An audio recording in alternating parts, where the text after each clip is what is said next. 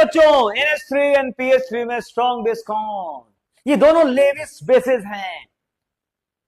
अब कंफ्यूजन बड़ा बच्चों में होता है, सर कैसे देखें, क्या करें सर, कोई ट्रिक है सर? अरे कोई ट्रिक नहीं, कंसेप्ट है तो ट्रिक अपने आप आ जाता है। अभी तरीका बताता हूं सोचने का।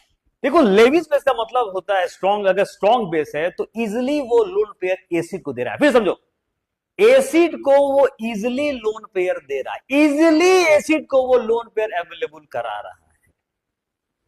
ठीक, समझ में बात? अब आप खुद देखिए यहां पर,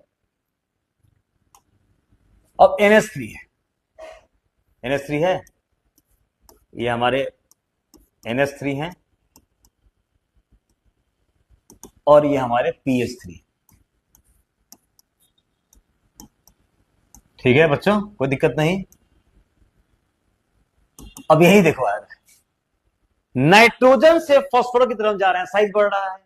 अब ये जो लोन पेयर है ये छोटे स्पेस में अवेलेबल है, और ये लोन पेयर बड़े स्पेस में है, डीलोकलाइज ज्यादा घूम रहा है। अब एसिड जब ये आएगा तो ये छोटे स्पेस में आराम से एसिड को लोन पेयर दे देगा, लेकिन यहां घूमता रहेगा, इतना ज्यादा स्पेस है, घूम रहा है, कैसे देगा? मान लो किसी को 10 रुपए देने हो तो दो ऑप्शन है, ये 10 रुपए के नोट को दे दो, एक स्पेस में रखा है, छोटा स्पेस में 10 रुपए निकाल के। अगर वही 1-1 रुपए के सिक्के 200 और फैले हो बहुत जगह, तो अब सबको पहले चुनो, उनको रखो, तब दो।